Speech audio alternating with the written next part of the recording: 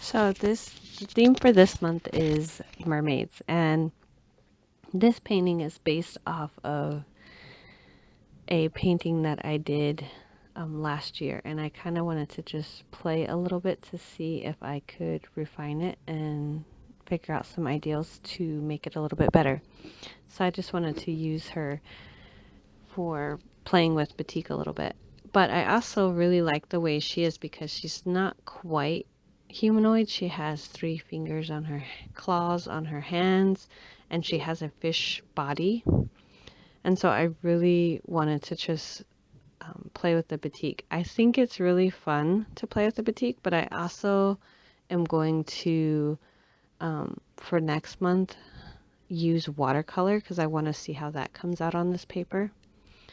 A lot of the colors, obviously because it's brown craft paper, a lot of the colors don't come out quite as rich as I would hope them to be, but at the same time they kind of add a little bit, I think, to the painting itself.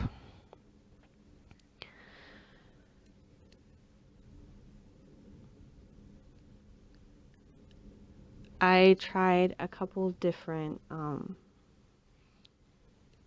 layouts for this month than I did before because I'm trying to play with layouts to figure out which ones work best, but also I'm trying to keep in mind page limitations.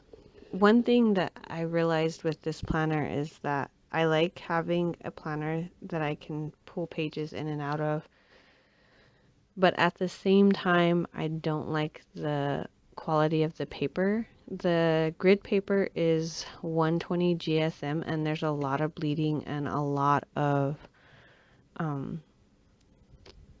shadowing.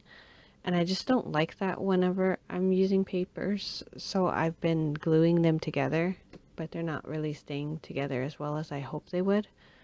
So it made my decision to get a 160 GSM 200-page journal to use for next year. But I'm going to continue on with using these pages for this year because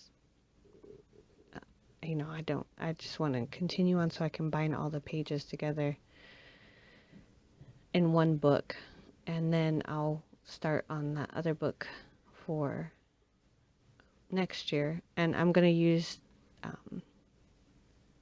one similar planner, and I'll talk more about it in a future video to kind of do ideals in and different things. So I really like outlining my drawings and paintings whenever I do them in my planner, but I have to make sure that my batik is dry before I start that because it will make the pen bleed, which is okay in some ways, but in other ways the fine detail gets lost if it's still damp. So I had to let it dry before I really started coloring it up. And for outlining, I used my Panda Fly 0.3 for the fine lines, and then I used my Shuttle Art dual tip pens, marker pens for the other parts. And I didn't want to outline her hair in black. I wanted it to kind of look like it's flowing with the water and look like water. So I used a couple different markers to outline and then kind of give some details in order to give it some depth a little bit. And I really like the way that it came out with the different colors and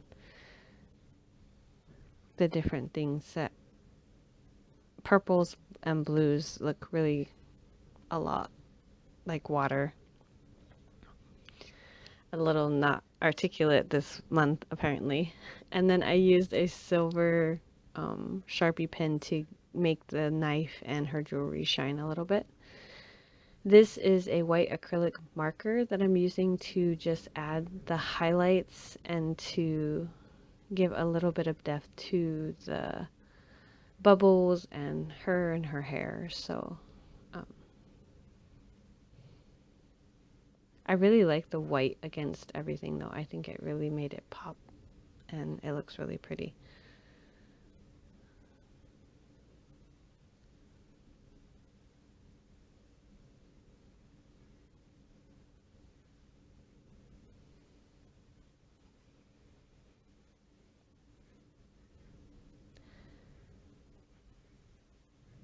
I also thought that this page was ended up being kind of plain, so I went back and added a few things and a quote and everything. And then I'm just using my thicker pen to make it look calligraphy. And I decided to use a small map because in July there won't be a lot of things going on that I need to schedule. And so I just did a small calendar. I believe I just said map. Oh my goodness. Anyway, so I just decided to use a small calendar because there shouldn't be too many events in July, and used a purple for shadow. And then I wanted to try a different kind of content page. For June, I used a calendar, and I kind of wanted to see how it would be to list out the different content that I need to create. The mood page is one of my favorite from this whole themed month, with the mermaid tail for the mood. I'm really excited to kind of see how it comes out. And Jay helped me fix my tail because apparently it looked too stringy whenever I created it, and I just think it's so cute. Sometimes she gets into looking at my artwork, and we suggest and work with each other. Then I'm working on my word count.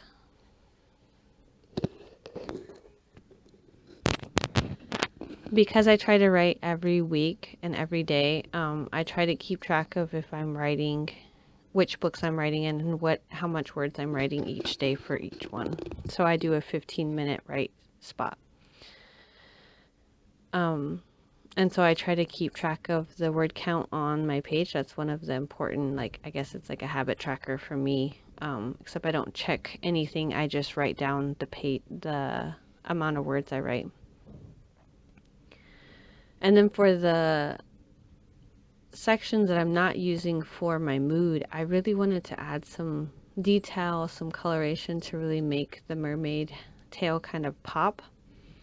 And so I did blues, darker blues, and then went in with a thicker black pen to outline a little bit thicker because I really like that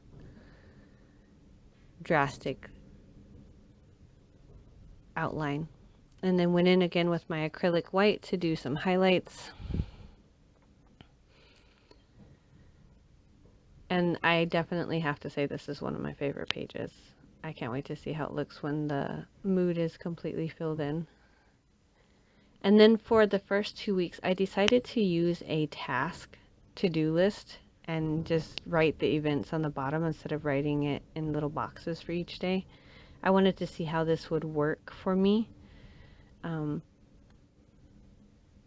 And I decided to use bubbles for the first week because I thought it was really cute, and I like the bubbles. But I'm hoping that the task and events section will work. I'm trying a couple different layouts this month, and I'm also trying to do a vertical Dutch door versus a horizontal Dutch door, which I've used in the past. So I'm trying a couple different things. I really like using the Dutch doors though. I think the Dutch doors are really cool, and then you get to see the side, like I'll get to see the word count the entire time for the whole month, and so I like that, so I can kind of keep track of my words and my habits and things. Even during the week I'll be able to see those. So I like the Dutch door method. I think that's really cool. And this is coral. I tried to draw coral and seaweed on the side to kind of go along that line where the bubbles were. I like the way it turned out. Threw in a little bit of pink on this one just to kind of make it pop a little bit more. And then I wanted to show me cutting out one of the Dutch doors. It's a little jagged and messy. The page I'm coloring now, I was actually not really happy with. I wanted it to look like water behind the boxes. I probably should have painted the boxes first. I should have colored the whole page before I put the boxes in, but hindsight is always 20/20. So now for this one, I wanted to just do a simple box for the week, and so I just used some boxes.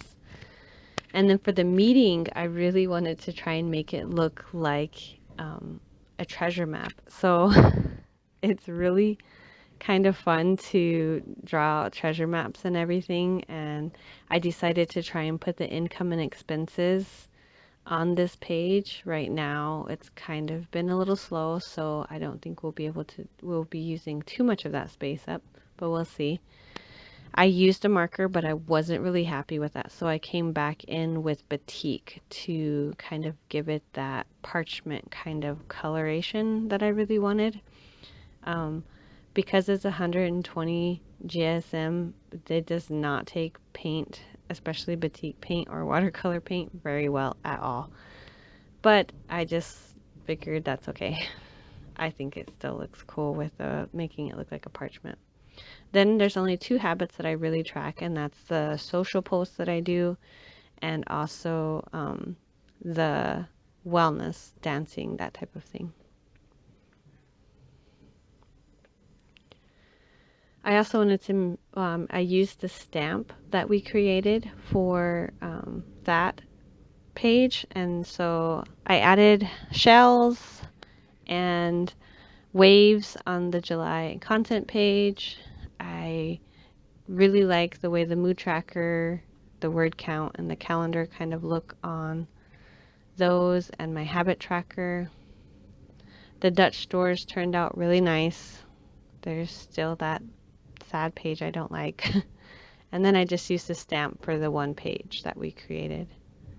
And that's it.